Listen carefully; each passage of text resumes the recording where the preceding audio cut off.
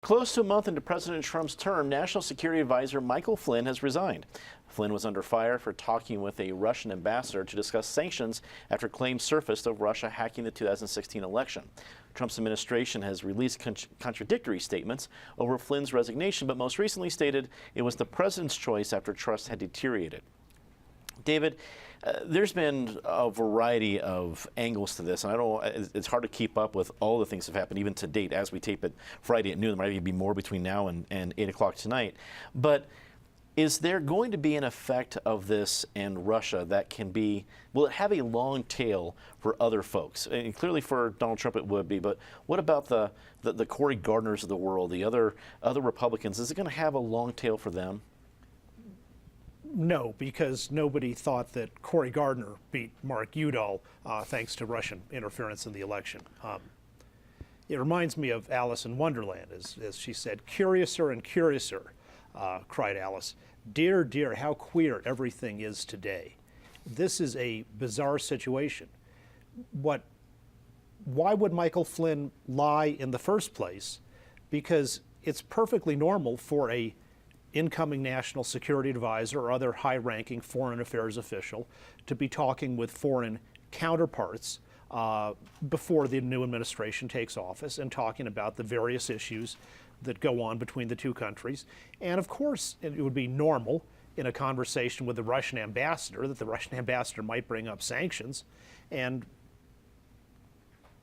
it would be good to hear the tape and see what's actually said. And since it's already been leaked, why not? We should have a congressional investigation about Russian involvement in the election. And it doesn't mean there's these fantasies that they hacked the voting machines and Hillary Clinton actually won Wisconsin by a landslide or something.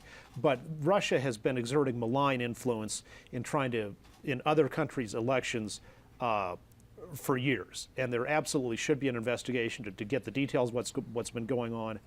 And to clear the air, or to find out there's something even worse than we know about now and then deal with it appropriately.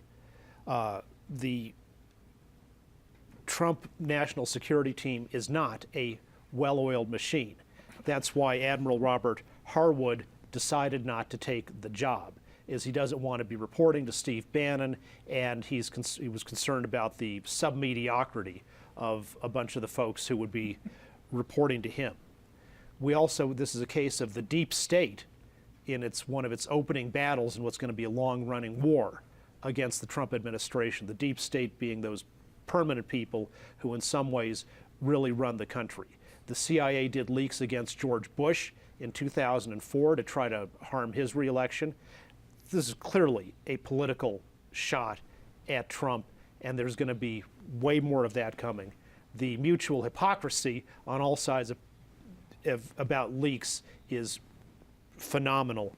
And I would caution the Trump administration, they're right to think, yeah, could you sometimes work with tyrants against a mutual enemy? Like from Nixon through Reagan, we worked with the Chinese tyrants to help successfully bring down the evil empire. Well, George Bush and Hillary Clinton and Barack Obama all tried to work with Pooty Poot and looked into his eyes and thought they could have a relationship with him and have a reset, but he's always the same abuser he's going to be. He doesn't have common interest with the United States, including in Steve Bannon's fantasy that the two of them are going to team up to take on radical Islam. To the contrary, Russia is Iran's best friend. You start with Alice in Wonderland, you end with Pooty Poot. Not bad, not bad. I'm going to say it's a long way around the barn, but I appreciate the creativity there. Penn, I saw some Republicans nationwide coming out and having a problem with what's going on, at least vocalizing the criticism. Do you think it will be a held expectation for local Republicans to say, where was Cory Gardner's criticism? Where was Mike Hoffman's criticism? Is that going to become an issue? Yeah, and I thought David was going to refer to him as Pootie Tang, but that's okay. Here's the problem. Clearly, Michael Flynn wasn't forthcoming. And it is not unusual for an incoming administration to talk to a number of foreign diplomats about, hey, we look forward to working with you. But something is curious about the fact that he wasn't honest about what they talked about. And something's curious about the fact that Paul Ryan said, well, Donald Trump told him he had to go, and Kellyanne Conway said, no, no, no, no. Michael Flynn decided he had to go. And something's curious about the fact that he wasn't straight with the vice president. But what's real curious is the president knew he wasn't straight with the vice president, so he didn't tell the vice president. It's all a mess. And the one common denominator is Russia has now and has had for some time malicious intents toward the United States government. They clearly interfered in this election. I don't know to what extent. Don't need to know. That's for the congressional investigation and others to figure out and ascertain what's real and what's fantasy. But at some point, you have folks like Mike Kaufman and Cory Gardner who at least ought to say, you know, let's take a look at it. Because at some point, silence is assent.